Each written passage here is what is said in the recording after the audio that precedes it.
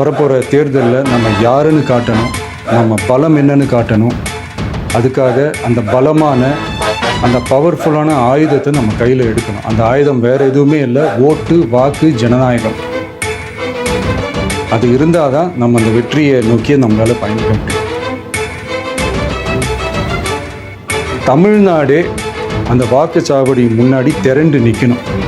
அதை பார்த்துட்டு தமிழ்நாடே தமிழக வெற்றி கழகமா இல்லை தமிழக வெற்றி கழகம் தான் தமிழ்நாடா அப்படின்ற மாதிரி இருக்கும்.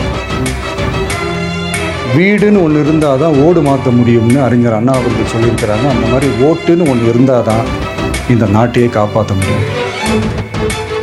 அதனால் மைடியர் டிவிகே தோழர்களே, மைடியர் ஜென்சி படைபலமே,